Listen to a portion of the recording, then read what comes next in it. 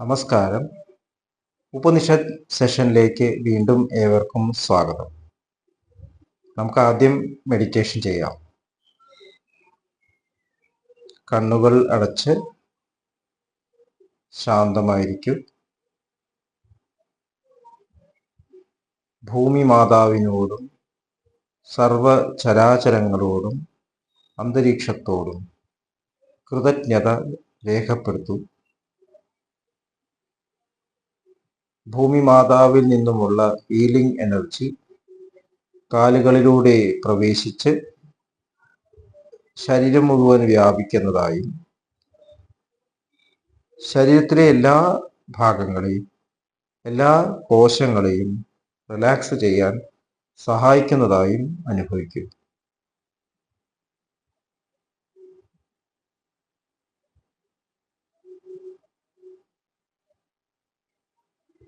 ഇപ്പോൾ ശരീരം പൂർണ്ണമായും റിലാക്സ്ഡ് ആയി.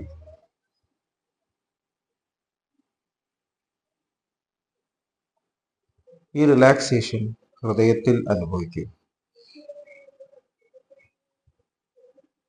ശ്വാസം ദീർഘമായി ഉള്ളിലേക്കെടുക്കൂ. ഹൃദയത്തിൽ സ്നേഹം നിറയുന്നതായി അനുഭവിക്കും. ശ്വാസം പുറത്തേക്ക് വിടുമ്പോൾ സ്നേഹം പ്രപഞ്ചം മുഴുവൻ വ്യാപിക്കുന്നതായും അനുഭവിക്കും.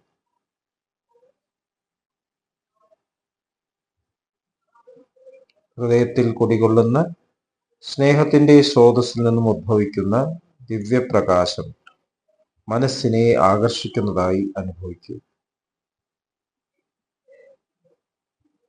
ആ ദിവ്യപ്രകാശത്തിൽ ധ്യാനം ആരംഭിക്കും. മനസ്സിൽ ചിന്തകൾ വരുന്നുണ്ടെങ്കിൽ മൃദുവായി അവയെ അവഗണിക്കുക. ദിവ്യപ്രകാശത്തിൽ ധ്യാനം തുടരുക. Please start meditation.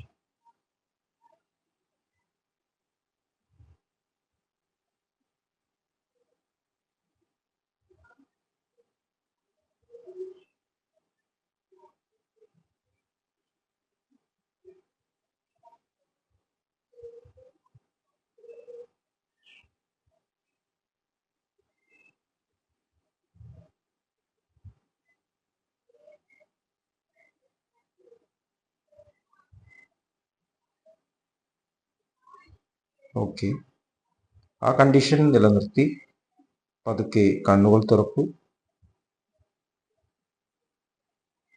എല്ലാവരെയും ഹാർദമായി ഹാർട്ട്ഫുൾനെസ് സഹജമാർ മെഡിറ്റേഷൻ സിസ്റ്റത്തിലേക്ക് സ്വാഗതം ചെയ്യുന്നു. അപ്പോൾ ഈ മെഡിറ്റേഷൻ സിസ്റ്റത്തിന്റെ പ്രത്യേകതകൾ ഇതേ യൂട്യൂബ് ചാനലിൽ പല പ്രാവശ്യമായിട്ടും പറയപ്പെട്ടു കഴിഞ്ഞു.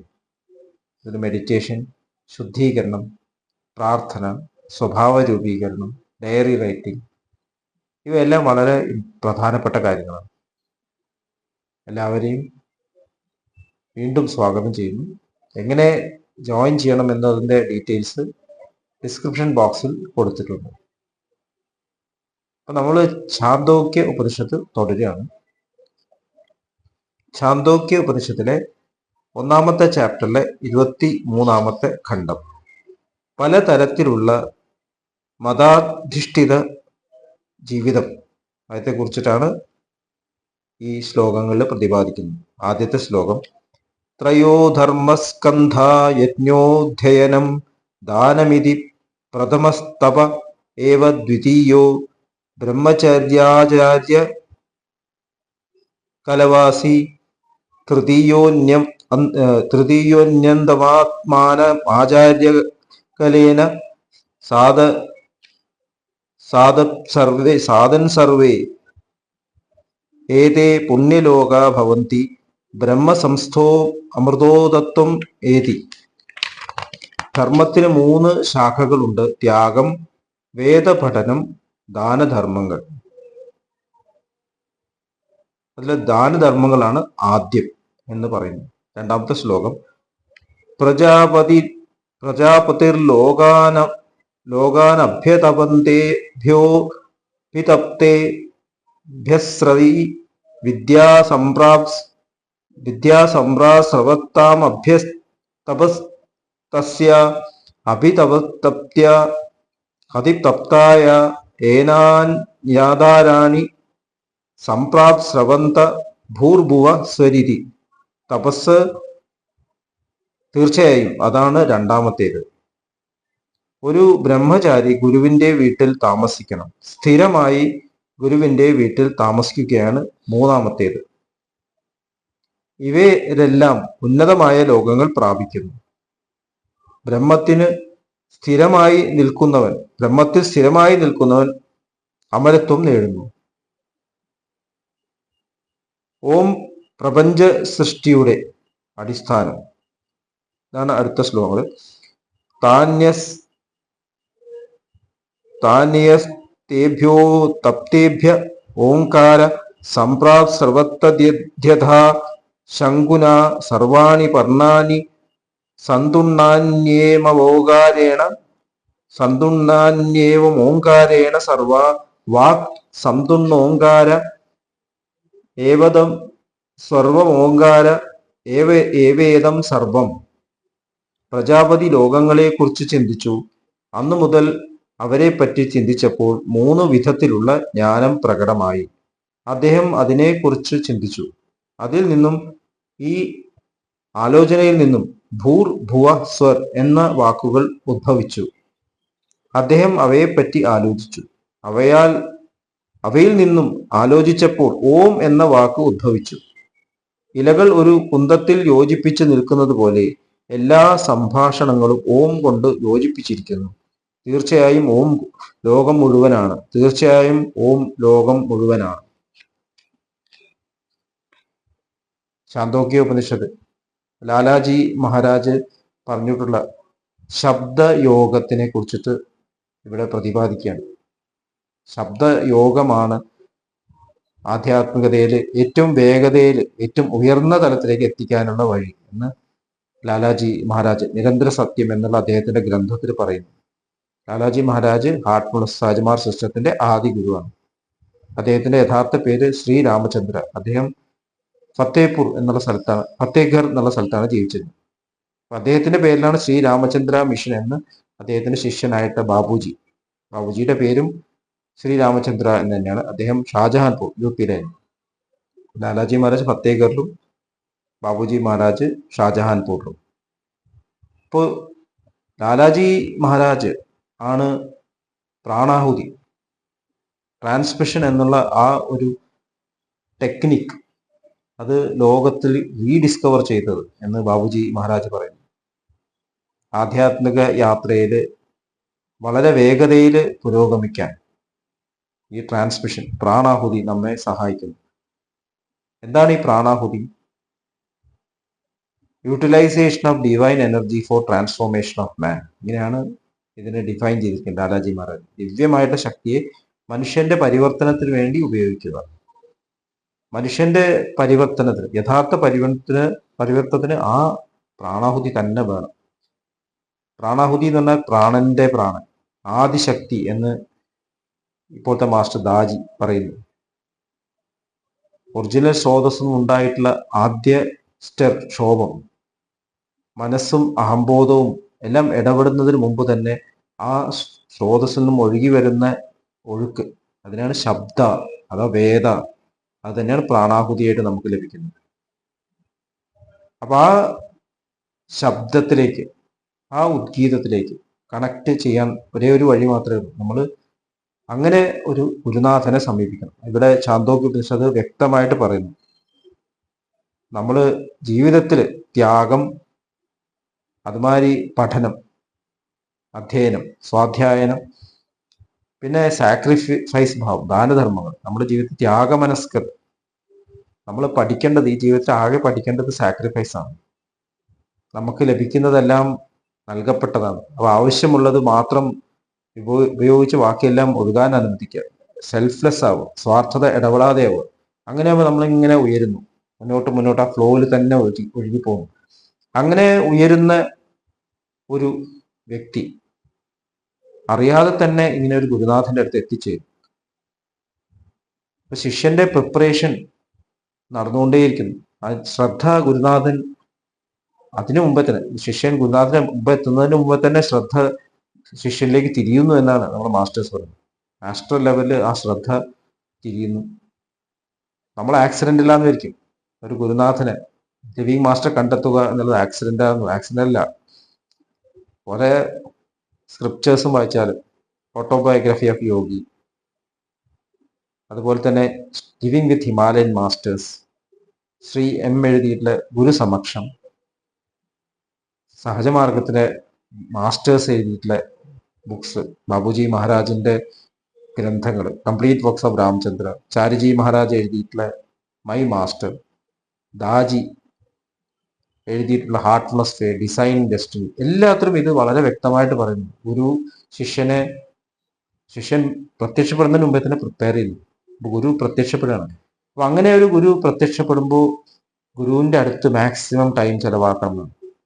അപ്പൊ ഇവിടെ ഗുരുവിന്റെ കൂടെ താമസിക്കണം. കബീർദാസ് പറഞ്ഞത് ഗുരു നെക്സ്റ്റ് ഡോർ താമസിക്കുകയാണെങ്കിലും വാതിലടച്ചിട്ട് നമ്മൾ ഇടയ്ക്ക് 3-4 ദിവസം അവിടെ ഇടയ്ക്കിടയ്ക്ക് താമസിക്കുന്നതാണ്. കാരണം ഡയറക്റ്റ് പ്രസൻസിൽ ഒരുപാട് കാര്യങ്ങൾ ഒബ്സർവ് ചെയ്യാണ്ട് ഗുരുവിന്റെ പെരുമാറ്റം, അതാണ് ഏറ്റവും ഇമ്പോർട്ടൻറ്റ്. ഗുരുവിനെ എമുലേറ്റ് ചെയ്യുക. എങ്ങനെയാണ് ആ സോഴ്സിൽ എത്തിയിട്ടുള്ള ഒരു വ്യക്തിത്വം പെരുമാറുക. ഭഗവാൻ ശ്രീകൃഷ്ണൻ ഭഗവത്ഗീതയിൽ പറയുന്നുണ്ട്. അത് എമുലേറ്റ് ചെയ്തുകൊണ്ടാണ് നമ്മൾ നമ്മുടെ ക്യാരക്ടർ ട്രാൻസ്ഫോർമേഷൻ കൊണ്ടുവരുന്നത്. ഇങ്ങനെ ക്യാരക്ടർ ട്രാൻസ്ഫോർമേഷൻ കൊണ്ടുവരുമ്പോഴേ കൂടുതൽ ആ പ്രാണാഹുതിയിൽ നിന്നും വരുന്ന ആ പൂർണ്ണമായിട്ടുള്ള അറിവ് നമുക്ക് ആക്സെപ്റ്റ് ചെയ്യാൻ സാധിക്കും. നമ്മൾ അതിന് തയ്യാറായാലേ നമുക്ക് ലഭിച്ചുകൊണ്ടിരിക്കും. പക്ഷെ തയ്യാറായാലേ അത് സ്വീകരിക്കാൻ പറ്റുള്ളൂ. തയ്യാറല്ലെങ്കിൽ അത് നമുക്ക് ലഭിച്ചിട്ട് കാര്യമില്ല. അത് നമ്മൾ സ്വാർത്ഥ കാര്യങ്ങൾക്ക് വേണ്ടി ഉപയോഗിക്കും. ഇപ്പൊ കൂടുതൽ ശുദ്ധീകരണത്തിലും ജീവിതത്തിൽ കൂടുതൽ ത്യാഗബോധത്തോടു കൂടെ ജീവിക്കുക, മാസ്റ്ററെ ശ്രദ്ധിക്കുക, മാസ്റ്റർ പറയുന്നത് മാത്രം ശ്രദ്ധിക്കുക, ഒബേ ചെയ്യുക. ഈ ഒബീഡിയൻസ് ക്രമേണ വളർന്ന് ഒരു ഇന്നർ ഡിസിപ്ലിൻ ആയിട്ട് വളരുന്നു. അപ്പൊ നമ്മൾ എത്തിച്ചേരുന്നത് ഒരു യൂണിഫൈഡ് പേഴ്സണാലിറ്റി, മാസ്റ്ററുടെ സമക്ഷം എത്തുന്ന ഒരു യൂണിഫൈഡ് പേഴ്സണാലിറ്റി. എങ്ങനെയാണോ അർജുനൻ ഹെൽപ്ലെസ് സ്റ്റേറ്റിൽ ഭഗവാൻ ശ്രീകൃഷ്ണന്റെ അടുത്ത് എത്തിച്ചേർന്നത്, ഭഗവത്ഗീത സമയത്താണ് യഥാർത്ഥത്തിൽ അടുത്ത് എത്തിയത്. ഞാൻ അങ്ങനെ ശിഷ്യനാണ് എന്ന് ഭഗവാനോട് പറയുകയാണ്.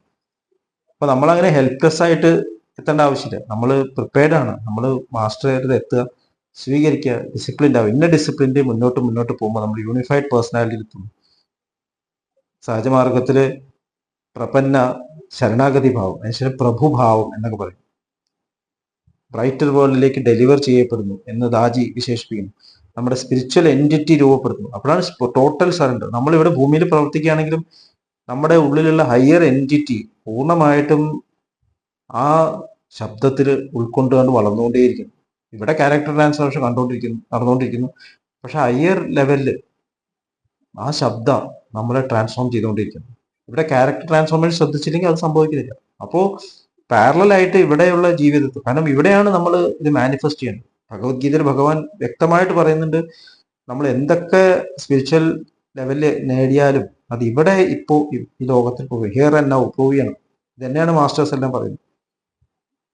അപ്പൊ അങ്ങനെ എത്തിച്ചേരുമ്പോൾ ഉണ്ടാവുന്ന ഭാവമാണ് ഇവിടെ പ്രജാപതിയുടെ ഭാവം എന്ന് ശാന്തോപനിഷത്ത് സൂചിപ്പിക്കുന്നു. പ്രജാപതി എന്ന് പറയുമ്പോൾ ഈ സൃഷ്ടി മുഴുവൻ തുടങ്ങുമ്പോൾ ഉണ്ടായിട്ടുള്ള ആ ഭാവം, സൃഷ്ടാവിന്റെ ഭാവം എന്ന് നമുക്ക് മനസ്സിലാക്കാം. പല വാക്കുകൾ ഇതിന് ഉപയോഗിക്കാറുണ്ട്. ഞാൻ ക്രിയേഷനിലേക്ക് തിരിയുന്നു, ക്രിയേഷനിൽ എന്തെല്ലാം ആണ് സംഭവിക്കേണ്ടത് എന്നുള്ളത് ഉള്ളിൽ നിന്നും പ്രചോദനം വരുന്നു. അപ്പോഴാണ് ഇവിടെ ആ 3 മാറുന്നത്. ഹരിനാമ കീർത്തനത്തിൽ തുഞ്ചത്ത് രാമാനുജ എഴുത്തച്ഛൻ ഇത് പറയുന്നുണ്ട്, ഒന്നായതിനെ 3 കാണുന്നതാണ്. അതിന്റെ കാരണം എന്താണ്? അഹങ്കാരം. അപ്പോൾ ആ ഈഗോ മോശമായിട്ടുള്ള കാര്യമല്ല. അതിലൂടെ ആ ശബ്ദ പ്രവഹിക്കും. അത് ക്രിയേഷനിൽ ശ്രദ്ധിക്കുമ്പോൾ അത് 3 നോവർ, നോളജ് ആൻഡ് നോൺ. ആ ഉ മാ, ഓമില് 3 പദങ്ങളാണ്. ആ ഉ മാ. Creation, maintenance, dissolution. സാത്വികം, രാജസികം, താമസികം. സത്ത്, ചിത്ത്, ആനന്ദം. ഇങ്ങനെ എല്ലാത്തിനും ഒരു ട്രിപ്പിൾ കാര്യം 3 അവിടെ കാണാം. ഏറ്റവും പ്രധാനപ്പെട്ടത് ഞാൻ, അദ്ദേഹം, പിന്നെ അദ്ദേഹം തരുന്ന ശക്തി. ബൈബിളിൽ പറയുന്നു പിതാവും പുത്രനും പരിശുദ്ധാത്മാവും. പരിശുദ്ധാത്മാവ് എന്ന് പറഞ്ഞാൽ ആ പ്യുവർ ശക്തി. അപ്പൊ ഈ തരത്തില് ഈ അറിവ്, ഈ ഫ്ലോ കാണുമ്പോൾ, താഴേക്ക് നോക്കുമ്പോൾ ഞാൻ ശരിക്കും എവിടെ നിന്നാണ് ഫ്ലോ ഡ്രോ ചെയ്യേണ്ടത് എന്നുള്ളത് ആ സ്റ്റേറ്റിൽ പ്രജാപതി തപസ്സിലിരിക്കുമ്പോൾ മനസ്സിലാവും. അപ്പോഴാണ് ശബ്ദ അറിയുന്നത്. അതാണ് ഇവിടെ ശാന്തോക്യ ഉപനിഷത്തിൽ പറയുന്നത്. അപ്പോഴാണ് യഥാർത്ഥത്തിലുള്ള ശബ്ദ. ഓം, ഓം എന്ന് പറയുന്നത് ആ വാക്കല്ല എന്ന് ലാലാജി മഹാരാജ് നിരന്തര സത്യത്തിൽ പറയുന്നു. ഓം ആ യഥാർത്ഥത്തിലെ ഫ്ലോ ആണ്, പ്രകടിപ്പിക്കുന്നതിന് മുമ്പുള്ള ശബ്ദം, ഉള്ളിൽ നിന്നും ഒഴുകുന്ന ആ സീഡ്. അപ്പൊ അത് തന്നെ അശബ്ദ, ശബ്ദ, ശ്രുത് എന്നുള്ള തലങ്ങളുണ്ടെന്ന് ലാലാജി മഹാരാജ് പറയുന്നത്. അപ്പൊ നമ്മൾ വേദങ്ങൾ, നമ്മൾ പ്രത്യക്ഷമായിട്ട് വേദങ്ങൾ പറയുന്നുണ്ടെങ്കിൽ അതല്ല യഥാർത്ഥ വേദം. വേദം എന്ന് പറയുമ്പോൾ ആ ഒറിജിനൽ നോളജ്. ഭഗവാൻ ശ്രീകൃഷ്ണൻ ഭഗവത്ഗീതയിൽ ത്രൈഗുണ്യ വിഷയ വേദ നിസ്ത്രൈഗുണ്യോ ഭവാർജുന നിർദ്വന്ദ്വോ നിത്യസത്വസ്ഥോ നിർയോഗക്ഷേമ ആത്മവാൻ എന്ന് പറയുന്നു. അപ്പൊ ഈ പറയപ്പെടുന്ന വേദങ്ങൾ ത്രിഗുണങ്ങളെ പറ്റിയാണ് പറയുന്നത്. ലാലാജി മഹാരാജ് നിരന്തര സത്യത്തിൽ ശരിക്കും 3 വേദങ്ങളുണ്ട്. അപ്പൊ അത് ഒറിജിനേറ്റ് ചെയ്യുന്ന ഒറിജിനൽ സീഡ് ഫോം. ഒരുപാട് വിവരണങ്ങളുണ്ട്. എങ്ങനെയാണ് ഒരു വിത്തിൽ നിന്ന് ആല് വരുന്നത്, ഒരു വൂമ്പിൽ നിന്നൊരു ക്രീച്ചർ ഉണ്ടാവുന്നത്. ഒരു മുട്ട കണ്ടു കഴിഞ്ഞാൽ ഇത് എന്തിന്റെ മുട്ടയാണെന്നറിയില്ല. ഇപ്പൊ ജുറാസിക് പാർക്ക് സിനിമ കണ്ടാൽ അറിയാം, ഒരേ തരത്തിലിരിക്കും എല്ലാ മുട്ടകളും. പക്ഷേ അത് ഇൻക്യുബേറ്റ് ചെയ്ത് വളരുമ്പോഴാണ് ചിലത് കാർണിവോറസ് ആണ്, ചിലത് ഹെർബിവോറസ് ആണെന്നൊക്കെ വരുന്നത്. അതുപോലെ അമ്മയുടെ ഗർഭപാത്രത്തിൽ ഭ്രൂണം വളരുമ്പോൾ ഇത് എങ്ങനെ ഒരു കുട്ടിയാവും എന്ന് അറിയുന്നത് പുറത്തു വരുമ്പോൾ മാത്രം. അപ്പൊ അതിനായിട്ട് നമുക്ക് തുലനം ചെയ്യാം ഈ ഓം അഥവാ ശബ്ദ എന്ന് പറയുന്നത്. അപ്പൊ അത് റെക്കഗ്നൈസ് ചെയ്തുകൊണ്ട് വേണം ക്രിയേഷൻ നടത്താൻ എന്ന് ഇവിടെ പറയുന്നു. പ്രജാപതി അങ്ങനെയാണ് ചെയ്തത്. അപ്പൊ നമ്മളും അങ്ങനെ തന്നെയാണ് മനസ്സിലാക്കുന്നത്. നമ്മുടെ ഉള്ളിലുള്ള യൂണിഫൈഡ് പേഴ്സണാലിറ്റി എന്ത് ചെയ്യുമ്പോഴും സെന്റേർഡ് ആയിട്ട് ആ സ്രോതസ്സിൽ നിന്ന് വരുന്ന ഓം ഇത് സ്വീകരിച്ചിട്ട് വേണം ഇവിടെ പ്രവർത്തിക്കാൻ. അപ്പൊ ഈ 3 ഇവിടെയുള്ള എല്ലാ മേഖലകളും, രാജസികം, സാത്വികം, താമസികം, ഏത് ലെവലിലും 100% ഇൻവോൾവ്, 100 സ്നേഹത്തോടെ ഇൻവോൾവ് ചെയ്യാൻ സാധിക്കും. എവിടെയും ആ പ്യൂർ ഫ്ലോ നൽകാൻ സാധിക്കുന്നു. അതാണ് ചാന്തോക്യ ഉപനിഷത്തിന്റെ പ്രത്യേകത. ഇത്രയും ബ്യൂട്ടിഫുൾ ആയിട്ട് ഈ ശബ്ദത്തെ കുറിച്ചിട്ട്, ഓങ്ങിനെ പറ്റിയിട്ട് എക്സ്പ്ലെയിൻ ചെയ്യുന്ന ഉപനിഷത്താണ് ചാന്തോക്യ ഉപനിഷത്ത്. അപ്പൊ ഇത്രയും പറഞ്ഞുകൊണ്ട് നമുക്ക് ഇന്നിവിടെ നിർത്താം. അടുത്ത സെഷൻ വരേക്ക് വിട വാങ്ങുന്നു. നന്ദി, നമസ്കാരം.